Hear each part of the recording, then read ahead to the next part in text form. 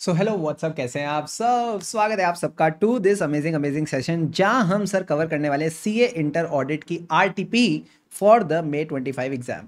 ये जो आरटीपी का डॉक्यूमेंट है, ये मैंने आपके लिए एकदम स्टूडेंट फ्रेंडली तरीके से बना दिया है सर। इसमें मैंने क्या किया है, स्मार्टली जितने भी नए नए क्वेश्चंस हैं उनको मैंने आपके यहाँ पे रख दिया है। प्लस जो भी कीवर्ड्स पे आपने फोकस करना है वो मैंने आपको रेड में मार्क करके दे दिया, जैसे हमने आपको क्वेश्चन बैंक में भी दिए थे। ठीक है सर, तो ये एकदम आपको बढ़िया वाली वो होते हैं ना, अपनेपन वाली फील आपको अब इस आरटीपी से आ जाएगी। ठीक है, तो जितने भी नए नए क्वेश्चन है सारे के सारे मैं आपको इस वीडियो में कवर कराने वाला हूं। आप एकदम बढ़िया सीट बेल्ट बांध लीजिए, बैठ जाइए, मजा आने वाला है। और सर मेरी आपसे रिक्वेस्ट रहेगी, प्लीज प्लीज प्लीज वीडियो को लाइक जरूर कर देना, ताकि इससे बाकी इंटर स्टूडेंट्स का भी भला हो सके। So without much ado, let's begin with this video. Sir सबसे पहले हम बात करते हैं केस स्टडी की। अच्छा, ये डॉक्यूमेंट आपको कहां पे मिलेगा? हमारे टेलीग्राम चैनल पे, जिसका लिंक डिस्क्रिप्शन में मिल जाएगा। Clear CA inter with Shubham Keswani. ठीक है सर, सबसे पहले केस स्टडी की बात करते हैं, आदित्य एंड कंपनी एलएलपी। मेरी हमेशा ये अप्रोच रहती है, पहले क्वेश्चन पढ़ो, फिर उसके रेलिवेंट जो चीज़ है केस स्टडी में पढ़ो। वरना अगर हम पूरी केस स्टडी पढ़ने बैठते हैं तो जनरली दिमाग जल्दी थक जाता है, तो पढ़ाई मतलब करने में मुश्किल होती है क्वेश्चंस वगैरह। ठीक है सर, सबसे पहले क्वेश्चन नंबर 1 के साथ स्टार्ट करते हैं। Whether the view of Mudit regarding obtaining the understanding of the client business is correct. Client business की अंडरस्टैंडिंग के रिगार्डिंग इन्होंने कुछ बात कर रखी है, तो आ जाओ देखते हैं मुदित के बारे में कहाँ लिखा है। सर मुदित मुदित मुदित ये लिखा है, रोहित एंड मुदित, ये दो आर्टिकल असिस्टेंट है। ठीक है सर, फिर यहाँ पे मुदित के बारे में इन्होंने लिख रखा है, while such discussions were going on Mudit showed no inclination no interest towards understanding the business and business environment of the company. Mudit ने बिजनेस को समझने में कोई इंक्लिनेशन नहीं दिखाई। अब आप मुझे बताओ, एज अ ऑडिटर क्या आपको एंटिटी के बिजनेस को समझना पड़ता है? हाँ सर। कौन सा स्टैंडर्ड कहता है? एसए 315। एसए 315 किसकी बात करता था? Identifying and assessing the risk of material misstatement. कैसे?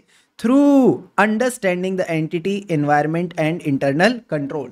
तो भाई अंडरस्टैंडिंग नहीं लोगे तो कैसे पता चलेगा रिस्क क्या है, कंट्रोल्स क्या है? ठीक है सर, तो अंडरस्टैंडिंग लेना जरूरी है। इसका ये मानना था that he needs to obtain the understanding about the audit procedure. कह रहे ऑडिट प्रोसीजर्स की अंडरस्टैंडिंग लेनी होती है, क्लाइंट के बिजनेस की नहीं। तो मुझे बताओ, मुदित एकदम समझदार बच्चा है या मुदित एकदम बुद्धू बच्चा है? सर मुदित एकदम बुद्धू बच्चा है। तो मुझे बताओ कौन सा ऑप्शन सही होगा? क्या मुदित सही है? मैंने कहा मुदित सही नहीं है, तो मुदित इज करेक्ट और मुदित इज पार्शियली करेक्ट। ये दो ऑप्शन तो गलत हो गए। अब दो ऑप्शन है हमारे पास, Mudit is not correct, Mudit is not correct. अब देखो क्या क्या कहते हैं। The view of the Mudit is not correct because while conducting an audit understanding of the business environment is to be conducted is very important. आपको अंडरस्टैंडिंग लेना बहुत जरूरी है। सही लग रहा है? कह रहे because such information is a crucial part of the audit report to be issued at the end of audit process. ये ऑडिट रिपोर्टिंग का पार्ट थोड़ी होता है अंडरस्टैंडिंग, ये तो ऑडिट का पार्ट होता है। So it's very important for the audit, so the right answer will be option B. अब आ जाओ क्वेश्चन नंबर 2 पे। What kind of confirmation request has Rohit decided to send to the debtors for the verification of trade receivable. तो मुझे बताओ, यहाँ पे question में डेटर्स की बात कर रखी है। सर पहले पैराग्राफ में तो नहीं है, सेकंड पैराग्राफ में अगर आप देखो पहली लाइन जनरली मिल जाएगी डेटर्स को लेके। अच्छा मैं बताऊं, एग्जाम में भी ऐसे केस स्टडी ऐसे ही स्ट्रक्चर करके देता है, जहां पैराग्राफ स्टार्ट हो रहा होता है, पैराग्राफ की बिगनिंग होती है, वहीं आपको क्वेश्चन से रिलेटेड पॉइंट्स मिल जाया करेंगे। ठीक है सर, तो ये कह रहा है आपने वेरीफाई करने थे debtors loans and advances amounting to 20 crore and 20 lakhs। तो डेटर्स की अमाउंट कितनी हो गई? 20 crore. Rohit asked the official to provide him regarding the aging of the trade receivables. Plus, he decided to send confirmation request to the debtors having the balance exceeding 5 lakh rupees। जिसका भी 5 लाख रुपए से ऊपर balance था उसको कंफर्मेशन भेजा। Plus इन्होंने बोला थर्ड पार्टी को आप रिप्लाई करो positively whether the balance in your books tally with the balance mentioned in the request letter. ये कह रहे सामने वाली पार्टी को रिप्लाई करना है कि भाई आपका बैलेंस हमसे एग्री करता है या नहीं। तो ऐसी कौन सी कंफर्मेशन रिक्वेस्ट होती है जिसमें आप सामने वाले को कहते हो तुम मुझे रिप्लाई करो, कोई भी केस हो, चाहे आप एग्री करते हो चाहे नहीं, चाहे तुम्हारी हां है या ना, तुम्हारा रिप्लाई करना जरूरी है। सर इसको कहते हैं पॉजिटिव कंफर्मेशन रिक्वेस्ट। ये है positive confirmation request. So the right answer will be option B. अच्छा नेगेटिव कब होती? नेगेटिव तब होती जब आप सामने वाली पार्टी को बोलती to reply only and only when they disagree, तो फिर ये नेगेटिव होती। एक्सेप्शन लेटर का क्या मतलब होता है? जो फाइनेंशियल स्टेटमेंट का बैलेंस होता है और जो कंफर्मेशन रिक्वेस्ट का बैलेंस आया है, अगर ये दोनों मैच नहीं करते तो इसको हम एक्सेप्शन बोलते हैं। ठीक है सर, रिटर्न रिप्रेजेंटेशन हमेशा मैनेजमेंट देती है, कंफर्मिंग पार्टी नहीं। सो ये तो बहुत ही सिंपल क्वेश्चन था, आंसर इज बी। अब आ जाओ नेक्स्ट पॉइंट पे। Which sample selection method has been opted by CA Rohit while verifying the loans and advances given by the company. आ जाओ लोन्स एंड एडवांसेस के बारे में देखते हैं। लोन्स एंड एडवांसेस के बारे में इन्होंने यहीं पे स्टार्ट कर दिया था, तो देखो यहां लिखा है while verifying the balance of loans and advances he selected the sample for checking without following any structured approach. तो जब भी आप कोई स्ट्रक्चर्ड अप्रोच फॉलो नहीं करते उसको क्या कहते हैं? Haphazard sampling. हम उसको हफाजार्ड सैंपलिंग बोलते हैं। तो sir the right answer will be C. अच्छा, इंटरवल सैंपलिंग क्या होती? जब ये कहीं ना कहीं पॉपुलेशन साइज को, देख लो भाई रिवीजन टेस्ट पेपर है, मैं सारे इंपॉर्टेंट कॉन्सेप्ट जो भी रिलेटेड है सब रिवाइज कराता चल रहा हूं। अभी तक वीडियो को लाइक नहीं किया तो डू लाइक इट। जो भी पॉपुलेशन साइज होती है उसको आप नंबर ऑफ सैंपल से डिवाइड करते हो। ओ, इससे क्या आता है? सैंपलिंग इंटरवल निकल के आता है। तो जो सैंपलिंग इंटरवल होता है, मान लो 10 आ गया, तो every 10th item is selected. Block sampling में क्या होता है? मैंने कहा था हम यहां पे ब्लॉक सेलेक्ट करते हैं of contiguous items. Sir contiguous का क्या मतलब है? जो आइटम साथ साथ होते हैं उसको हम सेलेक्ट करते हैं, बट इसको कहीं ना कहीं रिप्रेजेंटेटिव नहीं माना जाता of the population. Monetary unit में क्या होता है? हम एक अमाउंट सेलेक्ट करते हैं, इस अमाउंट से ऊपर जो जो आइटम्स होंगे उनको हम सेलेक्ट करते हैं। फॉर एग्जांपल मैं आपको बताता हूं, जब इन्होंने डेटर्स में डिसाइड किया कि हम सारे डेटर्स सेलेक्ट करेंगे मोर देन 5 लाख रुपीस, तो ये एक तरह की मॉनिटरी यूनिट सैंपलिंग ही इन्होंने की थी। क्या बात है सर, मजा आ गया। अब आ जाओ क्वेश्चन 4 पे। While verifying the inventory of the client company which assertion is verified by CA Mudit. तो मुझे बताओ इन्वेंट्री की बात कहां लिख रखी है? सर यहां पे लिख रखी है। ये कह रहे जब इन्वेंट्री वेरीफाई कर रहे थे तो मुदित ने ऑडिट प्रोसीजर करे to verify that any inventory balance at the year end does not include the element of the next financial year। मुझे बताओ ये क्या चाह रहा है? सर ये चाह रहा है जो भी इन्वेंट्री वो 31 मार्च की हो, उसके आगे की इन्वेंट्री 31 मार्च में नहीं आनी चाहिए। तो इसको क्या कहते थे? कट ऑफ असर्शन, कि हमने फाइनेंशियल ईयर में कट ऑफ लगा दिया, बाद वाली कोई भी यू कैन से बैलेंस इसमें इंक्लूडेड नहीं होना चाहिए। सो the right answer will B cut off. क्या यहां पे कोई वैल्यू की बात हो रही थी? नहीं सर। क्या यहां पे कोई presentation disclosure notes to accounts की बात हो रही थी? नहीं सर। क्या यहां मैं इन्वेंट्री के डॉक्यूमेंट्स चेक कर रहा हूं कि कंपनी के नाम पे है? नो सर, हमने ये सब चेक ही नहीं किया। So the main focus was on cut off assertion. क्या ये पॉइंट क्लियर है? हाँ सर। अब आ जाओ मेरे साथ। अगला पॉइंट क्या कहते हैं sir? With respect to the fixed asset which assertion does Mudit want to check. मुझे बताओ फिक्स्ड एसेट को लेके कौन सी असर्शन चेक करना चाहते हैं? तो सर फिक्स्ड एसेट के बारे में यहां पे दे रखा है कि ये फिक्स्ड एसेट दे रखा है। Mudit asked the concern employee of the company to provide him with various documents related to fixed asset appearing on the balance sheet. He asked for the title deeds of the building and purchase bill of the assets. मुझे बताओ title deed और purchase bill में क्या देखना चाहता है कि ये एसेट कंपनी के नाम पे है या नहीं। अरे जिसकी बीवी छोटी उसका भी बड़ा नाम है, जिसकी होगी बिल्डिंग की टाइटल डीड उसी के नाम पे है। तो मैंने कहा नाम का क्या मतलब होता है? नाम का मतलब होता है राइट्स एंड ऑब्लिगेशन। क्या एसेट पे मेरी राइट है या नहीं? क्या मैंने यहाँ पे डेप्रिसिएशन कैलकुलेशन की बात करी? नहीं सर। तो वैल्यूएशन की बात नहीं होगी। क्या नोट्स टू अकाउंट्स के डिस्क्लोजर की बात हो रही थी? नहीं। क्या यहां पे मैं फिजिकल वेरिफिकेशन की बात कर रहा था? नहीं। तो यहां main focus was on rights and obligation. सारे बच्चे मुझे बताओ क्या केस स्टडी करके मजा आया? हाँ सर, एक ही केस स्टडी थी। डन डनाडन डन। अब आ जाओ जनरल एमसीक्यूज की बात करते हैं। अच्छा मैं बता दूं, जहां जहां जो रेलिवेंट कॉन्सेप्ट आएगा उसका पूरा रिवीजन मैं फोकस करूंगा इस वीडियो में कि मैं आपको बोर्ड नोट से भी कराता चलूं, तो मजा आ जाएगा। ठीक है सर। सबसे पहले आ जाओ question 6। CA Rocky is a recently qualified chartered accountant. मैं कहता हूं अगेन पूरा क्वेश्चन नहीं पढ़ेंगे, लास्ट लाइन पढ़ो। State which of the following is not included in the audit documentation. इसमें से बताओ कौन सी चीज है जो ऑडिट डॉक्यूमेंटेशन का पार्ट नहीं होनी चाहिए। ऑडिट प्रोग्राम, क्या ऑडिट प्रोग्राम डॉक्यूमेंटेशन में आना चाहिए? हाँ सर। जितने भी सिग्निफिकेंट मैटर्स के रिगार्डिंग कॉरेस्पॉन्डेंस होती है, यह आनी चाहिए? हाँ। लेटर्स ऑफ कंफर्मेशन, हाँ। बट अगर मैं बात करता हूं notes reflecting preliminary thinking, sir ये हमारी डॉक्यूमेंटेशन का पार्ट नहीं बनती, क्योंकि प्रिलिमिनरी थिंकिंग का मतलब है हम इनिशियली क्या सोच रहे थे। तो जो आप इनिशियली सोच रहे थे उससे किसी को क्या लेना देना? आप अपने फाइनल जो कंक्लूजन्स हैं उनको डॉक्यूमेंट करो ना। इनिशियल सोच से किसी को क्या लेना देना? तो ये बाकी 3 चीजें तो आएंगी बट ये नहीं आएगा। तो आ जाओ इस टॉपिक को एक बार रिवाइज करते हैं। आ जाओ मेरे साथ। तो जब हम बात करते हैं ऑडिट डॉक्यूमेंटेशन की, तो मैंने कहा था 2-3 चीजें आती हैं और कुछ नहीं आती। सर क्या क्या इंक्लूड होता है? तो मैंने इसमें बोला था AACCC। AACCC का मतलब है जो भी ऑडिट प्रोग्राम होता है, जो भी एनालिसिस वगैरह आप करते हो, एजिंग एनालिसिस ऑफ डेटर्स है, ये सब रेलिवेंट चीजें ये आपकी डॉक्यूमेंटेशन का पार्ट बनेगी। CCC का क्या मतलब है? कोई भी कंफर्मेशन लेटर हो गया, checklist is just like your audit program. Correspondence on significant matter, मैंने कॉरेस्पॉन्डेंस का क्या मतलब बताया था? ईमेल वगैरह अगर आप करते हो सिग्निफिकेंट मैटर पे, तो ये सब आपकी डॉक्यूमेंटेशन का पार्ट बनती है। बट सर क्या है जो डॉक्यूमेंटेशन का पार्ट नहीं बनता? सबसे पहले सुपरसीडेड ड्राफ्ट यानी जिसकी कोई वैल्यू नहीं रही, अब आपके पास एक फाइनल डॉक्यूमेंट आ चुका है। तो जो भी सुपरसीडेड ड्राफ्ट है of the working paper, financial statement, notes, जहां पे भी इनकम्प्लीट प्रिलिमिनरी थिंकिंग है वो चीज नहीं आएगी। ठीक है, ठीक है सर। दूसरी बात, जो भी ऐसे डॉक्यूमेंट्स हैं जिनको आपने करेक्ट कर दिया है, तो उन डॉक्यूमेंट्स की previous copies which have been corrected for the errors वाली चीजों को इंक्लूड नहीं करना। तो जो करेक्ट हो चुका है वो आप इंक्लूड करोगे। ठीक है, so previous copies which have been corrected for errors, वो अब आप पुरानी गलतियों वाले डॉक्यूमेंट्स इंक्लूड मत करना। लास्ट में कहते हैं जो भी डुप्लीकेट कॉपीज है उनको इंक्लूड करने की जरूरत नहीं है। तो मैंने आपको एक सिंपल सी बात बोली थी सर, क्या, जहां भी कोई कमी है, जहां भी कोई कमी है, जहां भी कोई गलती है, या फिर जहां कुछ ज्यादा है, या तो कमी है या ज्यादा है या फिर कोई गलती है, इन तीन चीजों को इंक्लूड मत करना। कमी यानी जहां भी प्रिलिमिनरी थिंकिंग है आपके सुपरसीडेड ड्राफ्ट्स में, पुराने ड्राफ्ट्स में, उनको इंक्लूड मत करना। जहां भी गलती है यानी कोई भी टाइपोग्राफिकल या अदर एरर है जिसको आप ठीक कर चुके हो, तो एरर वाले डॉक्यूमेंट्स को इंक्लूड मत करना। एंड जहां भी डुप्लीकेट्स है यानी ज्यादा है, उन डुप्लीकेट्स को इंक्लूड करने की जरूरत नहीं है। तो इस पे भी आईसीए ने एक बार डायरेक्ट क्वेश्चन पूछा था सितंबर एग्जाम में, तो ध्यान रख के चलना। Done done done done done sir, बढ़िया रिवीजन हो गया। अब आ जाओ क्वेश्चन नंबर 7 पे।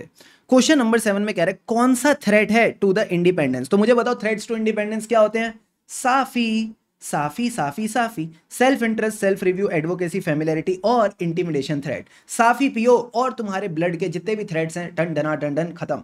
तो मैंने कहा साफी में यहां पे हमारे पास कौन सा थ्रेट है, तो देखो क्या कहता है, CA Ramesh is the auditor of the company for the last 10 years. 10 साल से कंपनी का ऑडिटर है सर, 10 साल से पता नहीं क्या क्या चल रहा है।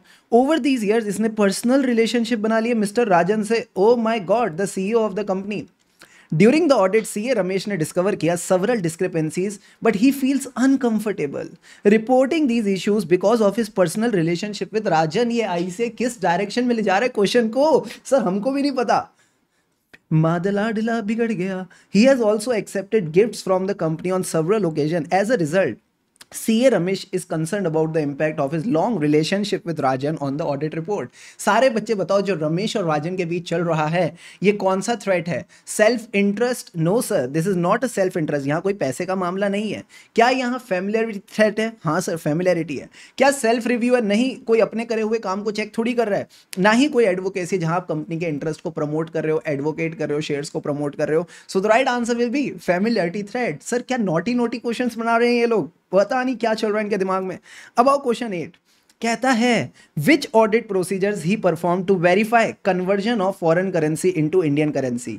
सारे बच्चे बताओ $100 से अगर मैं रुपीस पे कन्वर्ट कर रहा हूं तो ये कौन सी असर्शन है? मैंने कहा यहां पे इंस्पेक्शन हो रही है। नहीं सर मैं कोई डॉक्यूमेंट तो चेक नहीं कर रहा। क्या मैं रिकैलकुलेशन कर रहा हूं? हाँ सर आप कैलकुलेट कर रहे हो कि एक्यूरेसी सही है कि नहीं। क्या मैं ये ऑब्जर्व कर रहा हूं? मैंने कहा नहीं। एंड लास्ट में आता है री परफॉर्मेंस। क्या मैं किसी इंटरनल कंट्रोल या प्रोसेस को दोहरा रहा हूं? नहीं सर। तो यहां पे यही बात लिखी हुई थी कि हम कहीं ना कहीं एक्यूरेसी देखना चाहते हैं of the calculation of foreign currency conversion. नाम में ही छुपा हुआ है आंसर कि कैलकुलेशन की एक्यूरेसी कैसे पता चलेगी? रीकैलकुलेशन करके। जितने भी एमसीक्यूज थे डन डना डन डन। ठीक है, ठीक है सर। अब आ जाओ चैप्टर नंबर 1 के साथ स्टार्ट करते हैं। पानी के 2 घूंट लगाओ एंड गेट रेडी।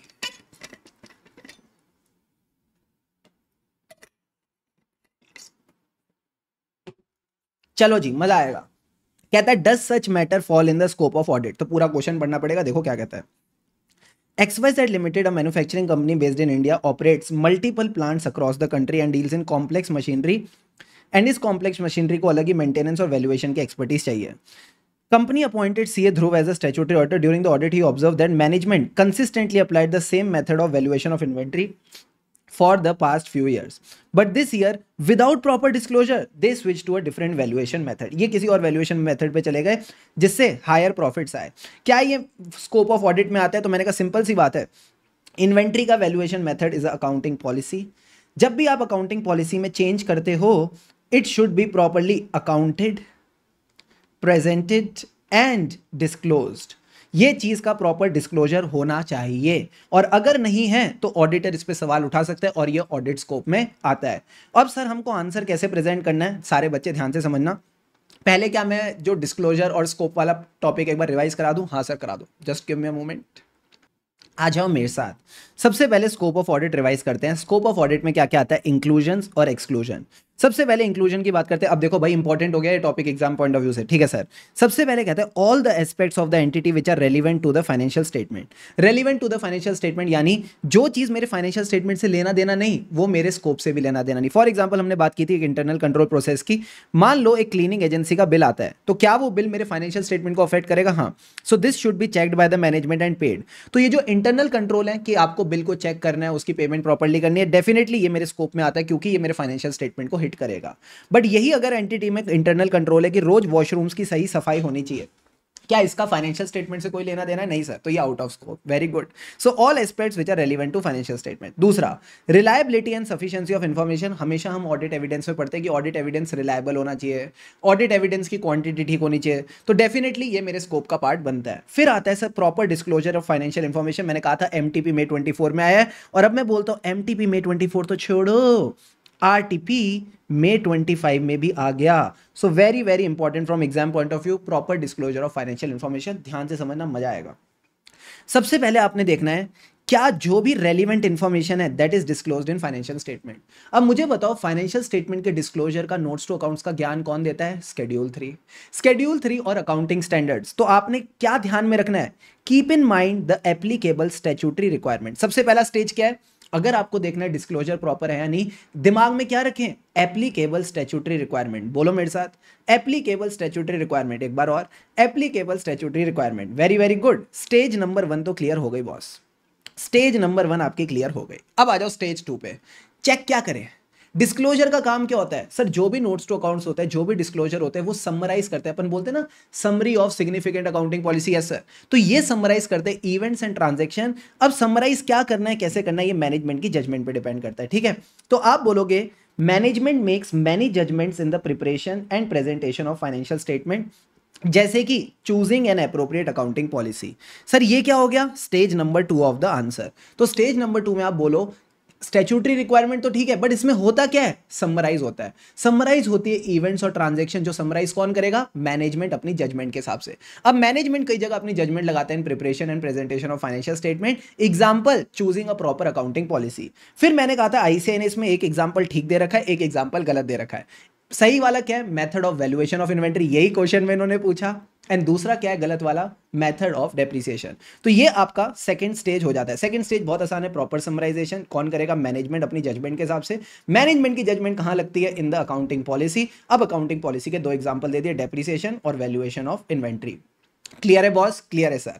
अब थर्ड स्टेज कहती है ऑडिटर क्या करेगा? थर्ड स्टेज कहती है ऑडिटर क्या करेगा? सो ऑडिटर का काम यही है कि जो अकाउंटिंग पॉलिसी मैनेजमेंट ने सेलेक्ट करी और अप्लाई करी, क्या वो सही है कि नहीं, whether the selection is proper and whether it has applied consistently. सारे बच्चे मुझे रिवाइज कराओ 3 स्टेजेस जो शुभम सर ने सिखाई। सबसे पहले अगर चेक करना है प्रॉपर डिस्क्लोजर है या नहीं, keep in mind statutory requirement, ठीक है सर। दूसरी चीज, अब डिस्क्लोजर होता किसका है? Summary of events and transaction, जो मैनेजमेंट अपनी जजमेंट के हिसाब से करता है। अब मैनेजमेंट की जो जजमेंट होती है वो किस में लगती है? अकाउंटिंग पॉलिसी में, choosing a proper accounting policy. Accounting policy के 2 एग्जांपल बताओ, सही वाला गलत वाला, इन्वेंट्री वाला, पीपीई वाला, पीपीई की depreciation method. And third point है ऑडिटर क्या करेगा? उसी अकाउंटिंग पॉलिसी को इवैल्यूएट करेगा कि वो कंसिस्टेंट है और वो अप्रोप्रिएट है। क्या तीनों स्टेजेस क्लियर है? हाँ, जो बच्चा तीनों स्टेजेस लिखेगा उसके बढ़िया बढ़िया नंबर आने ही वाले हैं। अब आ जाओ आईसीआई का आंसर पढ़े, तुमको मजा आएगा। देखो क्या तुम्हारे वो 3 स्टेजेस यहां पे दिख रहे हैं। सबसे पहले आंसर का इंट्रोडक्शन पार्ट आएगा, ठीक है। इंट्रो में थोड़ा सा टाइम पास कर देना अपने हिसाब से कि purpose of audit is to enhance the degree of confidence. ये इन्होंने पता नहीं कुछ भी उठा के कहीं से डाल देते हैं, ठीक है सर। फिर कहता है कि स्कोप में क्या क्या आता है, सबका थोड़ा थोड़ा नाम, coverage of all aspects, reliability and sufficiency of information, proper disclosure. फिर फैक्ट्स लिखने के बाद बोलो प्रॉपर डिस्क्लोजर जब भी आपको चेक करना है तो keep in mind the applicable statutory requirement. क्या पहला स्टेज आ गया? हाँ सर। सेकंड स्टेज, मैनेजमेंट ही रिस्पॉन्सिबल है for the preparation and presentation of financial statement. तो कई सारे वो जजमेंट बनाता है। For example choosing the appropriate accounting policy. अब एक सही एग्जांपल जिसमें एप्रोप्रिएट मेथड ऑफ वैल्यूएशन, एक गलत example method of charging depreciation. क्या सेकंड स्टेज भी हो गया? हाँ। थर्ड स्टेज पे ऑडिटर क्या करेगा? Evaluate selection and consistent application of the accounting policy, कि जो सिलेक्शन है वो प्रॉपर होना चाहिए और कंसिस्टेंटली अप्लाई होनी चाहिए। और लास्ट में आप कंक्लूड करना जो हम प्रॉपर डिस्क्लोजर चेक कर रहे हैं it is with in the scope of audit. क्या स्टेप वाइज अप्रोच से पूरा का पूरा टॉपिक मस्त रिवाइज हो गया? हो गया सर। अब आ जाओ नेक्स्ट क्वेश्चन पे। This should be question number 2। ऐसे 210 का बहुत ही प्यारा Q2 क्वेश्चन है, आ जाओ मस्त रिवाइज करेंगे। अच्छा, ये क्वेश्चन रिवाइज करने से पहले मैं आपको दो कॉन्सेप्ट रिवाइज कराना चाहता हूं, आ जाओ मेरे साथ। आ जाओ मित्रों। तो मैंने आपसे दो कॉन्सेप्ट्स क्लास में डिस्कस करे थे सर। क्या? सबसे पहले change in the terms of audit engagement after acceptance. Change in the terms का मतलब हो सकता है ऑडिट के बाद वो आपको कहीं रिव्यू कर दो या रिलेटेड सर्विस कर दो, तो कौन कौन से केसेस में वो कर सकते हैं। तो हमने ये 3 पॉइंट सीखे थे RCM करके। RCM का क्या मतलब था? सबसे पहले R का मतलब था रिस्ट्रिक्शन ऑन स्कोप। कहीं ना कहीं ऑडिटर के स्कोप पे रिस्ट्रिक्शन लगाई जा रही है, उसको एविडेंस नहीं इकट्ठा करने दिया जा रहा। कौन लगा रहा है रिस्ट्रिक्शन ऑन स्कोप? मैनेजमेंट या सर्कमस्टेंसेस। ठीक है सर। दूसरा क्या था? सी का मतलब था change in the circumstances affecting the need for service. तो हो सकता है क्लाइंट को लोन चाहिए था, तो बैंक ने बोला पहले ऑडिट करा के लाओ, बाद में बैंक कहता है रिव्यू भी चलेगा। तो हो सकता है ऐसे सर्कमस्टेंसेस आए जहां क्लाइंट कहे कि ऑडिट की जगह मुझे रिव्यू कराना है। ठीक है सर। फिर एम से क्या था? Misunderstanding. Misunderstanding as to the nature of audit originally requested. Client ने बोला था हमको अश्योरेंस चाहिए ऑन द फाइनेंशियल स्टेटमेंट, उसने ये नहीं बोला रीजनेबल चाहिए या लिमिटेड। तो हो सकता है अगर ऐसे मिसअंडरस्टैंडिंग हो गई हो तो फिर क्लाइंट कहे रिव्यू कराना है। तो 3 केसेस क्या थे sir? Restriction on scope, change in the circumstances and misunderstanding between the client and the auditor. क्या ये 3 बातें समझ आती है? हाँ सर। उसके अलावा हमने एक कॉन्सेप्ट और डिस्कस किया था लास्ट में सर। वो क्या था? क्या था वो कॉन्सेप्ट? इधर आओ। कि जब भी कोई रिकरिंग एंगेजमेंट होती है तो क्या हमें उस टाइम पे एक रिवाइज्ड एंगेजमेंट लेटर देना है? तो मैंने आपको कहा था 3 चीजों को ध्यान में रखना। एक तो एंगेजमेंट लेटर वाले पॉइंट्स, कि अगर जो objective and scope of auditor है, जो पहला एंगेजमेंट लेटर का पॉइंट होता है, उसको लेके अगर मिसअंडरस्टैंडिंग है तो ऑब्वियसली आपको एक नया एंगेजमेंट लेटर एंटर करना पड़ेगा। या बाकी टर्म्स ऑफ एंगेजमेंट रिवाइज हो गए तो नया एंगेजमेंट लेटर। फिर मैंने कहा था धंधे वाले पॉइंट याद रखना। धंधा बदल गया, धंधा चलाने वाले बदल गए, धंधे के ओनर बदल गए। धंधा बदल गया यानी significant change in the nature और साइज ऑफ द बिजनेस। चलाने वाले मतलब recent change in the senior management, not the junior management. And owner बदल गए यानी significant change in the ownership. और आखिरी में लॉ और FRF वाले पॉइंट थे। लॉ चेंज हो गया, FRF चेंज हो गया, रिपोर्टिंग रिक्वायरमेंट चेंज हो गई। पूरा कॉन्सेप्ट रिवाइज हो गया। हाँ, अब आ जाओ क्वेश्चन करते हैं। CA Puneet is appointed as the auditor of Kamala limited. The management has requested the auditor to change the terms of original engagement because company has diversified the business and new products have been introduced by the company. सारे बच्चे मुझे एक बात बताओ, यहां पे change the terms of original engagement में वो बेसिकली क्या कहने की कोशिश कर रहा है? सी ICAI का इंटरप्रिटेशन पॉइंट ऑफ व्यू समझना पड़ेगा। बेसिकली ये कहने की कोशिश कर रहे हैं नया एंगेजमेंट लेटर दे दो। अब नया एंगेजमेंट लेटर क्या नए प्रोडक्ट्स के आ सकता है? हाँ, हमने एक पॉइंट पढ़ा था, धंधा बदल गया।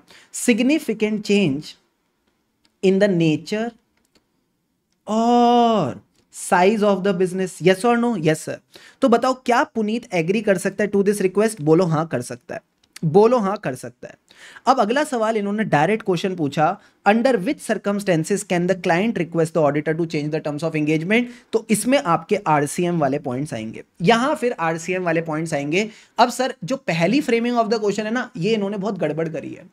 पहली जो फ्रेमिंग है वहां पे इनको बोलना चाहिए था क्या नया एंगेजमेंट लेटर देने की जरूरत है? तो बोलो हाँ देने की जरूरत है। बट इन्होंने इसको change in terms of audit engagement वाला रूप दिखा दिया।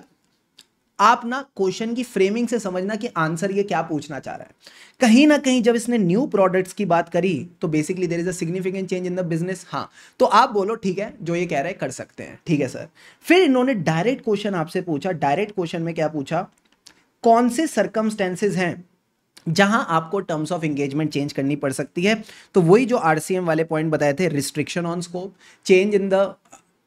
change in the circumstances affecting the need for service and misunderstanding as to the nature of audit or related service requested। तो ये आपके तीनों पॉइंट्स आएंगे। और ऊपर वाले पॉइंट में आपने बस बोलना there is a significant change in the nature और size, so request of the management is appropriate. क्या है मीठी मीठी बात समझ आती है? आती है सर। अब आ जाओ सारे बच्चे, क्वेश्चन नंबर 3 एकदम इजी क्वेश्चन है। देखो क्वेश्चन नंबर 3 क्या कहता है? कहता है comment on the validity of his views. पर अब पूरा क्वेश्चन पढ़ना पड़ेगा। CA Piku has prepared the audit documentation of an entity describing the nature, timing and extent of audit procedure during the course of audit। ठीक है sir. जब भी आप डॉक्यूमेंट करते हो nature, timing and extent of procedure, तो बताओ क्या क्या मैटर्स आप रिकॉर्ड करोगे? क्या क्या मैटर्स आप रिकॉर्ड करोगे? ठीक है सर। तो ये तो यार एक डायरेक्ट क्वेश्चन है जो आपके क्वेश्चन बैंक में भी था ऑलरेडी। ये तो ऑलरेडी था क्वेश्चन बैंक में। हाँ सर। फिर आपने इसको RTP में क्यों डाला? क्योंकि इन बदमाशों ने 3 पॉइंट और डाल दिए। सबसे पहले हम जब भी डॉक्यूमेंट करते तो हम क्या डॉक्यूमेंट करते थे? Characteristics of the item tested. Sir characteristics मतलब क्या टेस्ट कर रहे हो, किसकी क्या असर्शंस चेक कर रहे हो, वो सब आता था। फिर हम बताते थे किसने किया, किसने इसको रिव्यू किया, कब कब किया। कम ऑन, किसने किया, किसने इसको रिव्यू किया, कब कब किया। किसने किया यानी हु परफॉर्म द वर्क, किसने रिव्यू किया यानी हु रिव्यूड द वर्क, कब कब किया, date of work completed and date and extent of review. तो ये तो बहुत इजी पॉइंट था, हाँ सर। बट इसके साथ साथ ये कह रहा है documentation should be as per standards on auditing. मतलब स्टैंडर्ड्स ऑन ऑडिटिंग का मतलब है इसमें सारी चीजें कवर होनी चाहिए। क्या क्या? ऑडिट की साइकिल में चलना, सबसे पहले ऑडिट प्रोसीजर, फिर ऑडिट एविडेंस एंड तीसरा कंक्लूजन। तीसरा कहां गया? कंक्लूजन। एंड साथ ही साथ दोनों सिग्निफिकेंट चीजें जो हम इस चैप्टर में डिस्कस करते हैं, significant matters and significant professional judgment. तो सबसे पहले ऑडिट की cycle, audit procedure, audit evidence, conclusion. और दोनों सिग्निफिकेंट चीजें हमारे स्टैंडर्ड्स ऑन ऑडिटिंग के हिसाब से डॉक्यूमेंट होनी चाहिए, significant matters and significant professional judgment. Clear है बॉस? क्लियर है सर। तो इंपॉर्टेंट क्वेश्चन है फॉर योर एग्जाम। अब आ जाओ, अब लास्ट में कहता है he is also of the view that such documentation alone as described above meet the requirements of standard on auditing. Comment on his views. तो ये कह रहा है all the above matters meet the requirement of SA 230, ठीक है।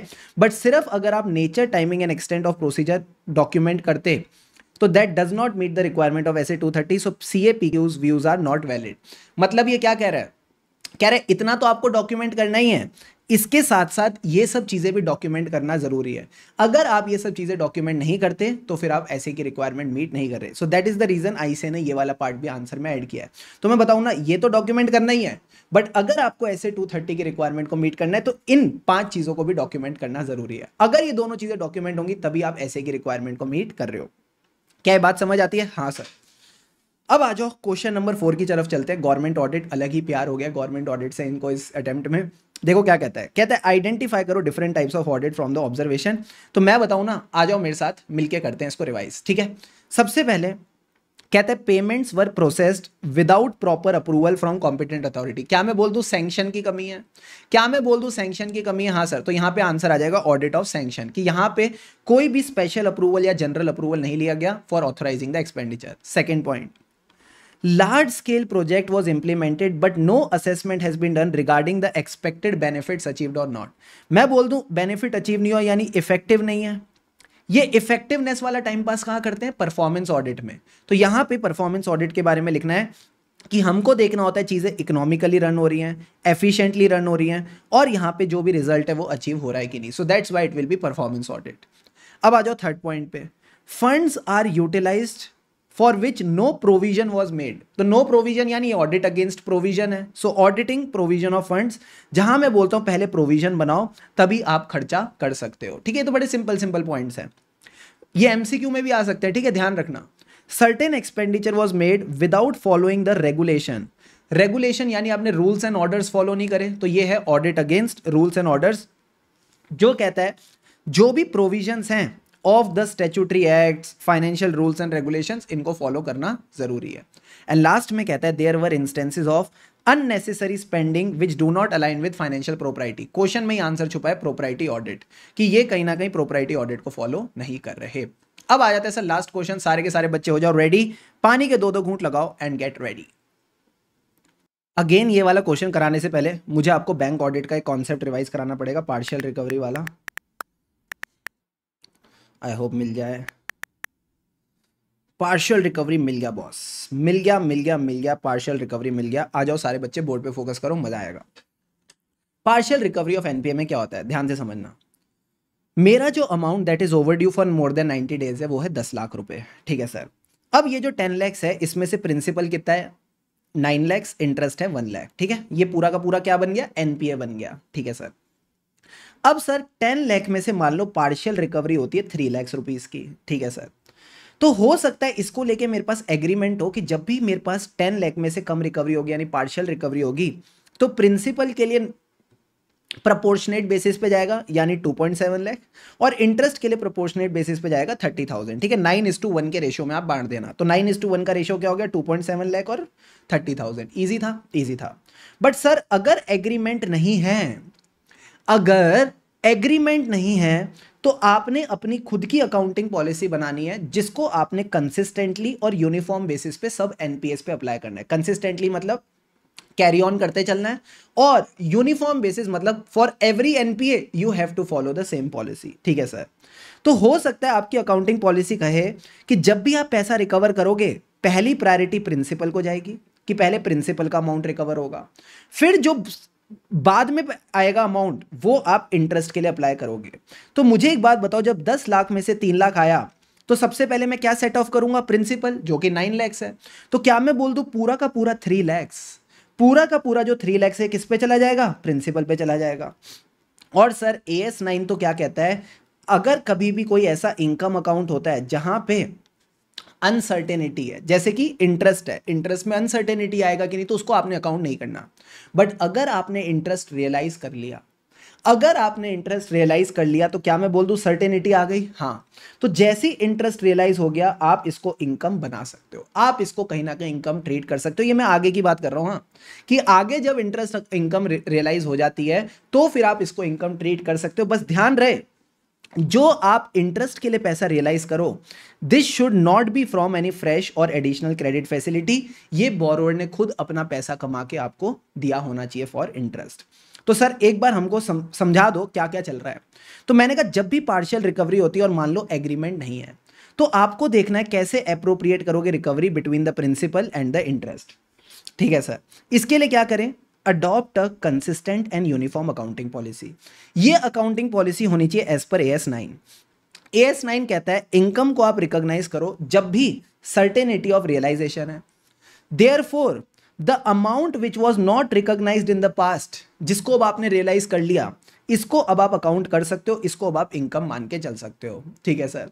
अब sir एक बात बताना, जो भी अमाउंट रियलाइज हो रहा है टुवर्ड्स इंटरेस्ट, इसमें एक चीज को लेके आपने सतर्क रहना था। किस चीज को लेके, जो भी रियलाइजेशन है this should not be out of fresh और एडिशनल क्रेडिट फैसिलिटी। तो एकदम फ्लो ध्यान रखना, अगर कोई एग्रीमेंट नहीं है, अगर कोई भी एग्रीमेंट नहीं है तो आपने देखना है क्या अकाउंटिंग पॉलिसी होनी चाहिए अमाउंट को अप्रोप्रिएट करने की between the principal and the interest. क्या ये बेसिक बात समझ आती है, हाँ sir.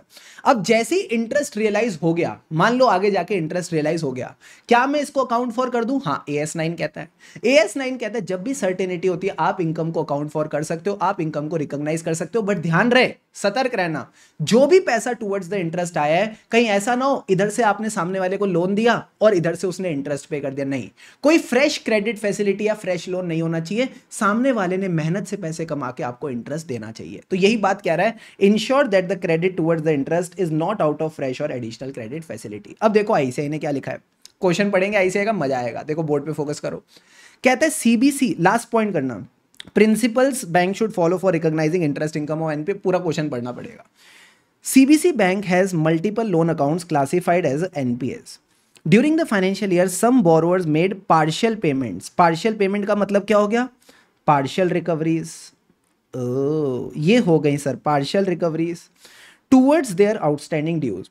However, there was no agreement between the bank and the borrower regarding the appropriation of recovery. क्या मैं बोल दूं ये वही केस आ गया बिना एग्रीमेंट वाला, हाँ सर। सो ये कहता है बैंक की finance team decided to recognize the recovered amount as interest income in the financial statement. However, during the stat audit, auditors raised the concerns about the treatment of these recoveries, discuss a appropriate treatment of partial recoveries in the NPA. तो सारे बच्चे मुझे बताओ, जब भी agreement नहीं होता तो हमको क्या बनानी पड़ेगी, अकाउंटिंग पॉलिसी यूनिफॉर्म और कंसिस्टेंट। फिर हमारा तड़का किसका लगता है फर्स्ट स्टेज के बाद, सेकंड स्टेज में AS9 की अकाउंटिंग पॉलिसी में इनकम रिकॉग्नाइज करो एज पर AS9। जब भी सर्टेनिटी हो तो जो भी पहला पैसा आपने रिकवर्स किया था, रिकॉग्नाइज नहीं किया था, अब आप उसको अकाउंट फॉर कर सकते हो। सो बेसिकली जो भी इंटरेस्ट अब आप रियलाइज कर रहे हो it can be taken to income.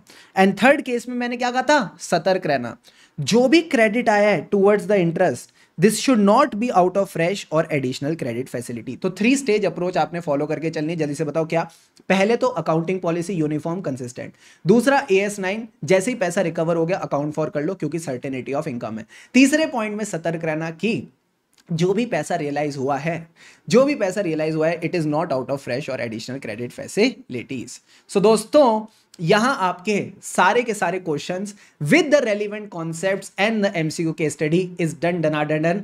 पूरा का पूरा कॉन्सेप्ट्स जो जो हमने क्लास में सीखे थे सारे के सारे मैंने आपको रिवाइज करा दिए and that is the purpose of revision test paper. अभी तक अगर वीडियो को लाइक नहीं किया तो do give it a like and yes comment करके जरूर बताना कैसा लगा, कमेंट करके जरूर बताना कैसा लगा।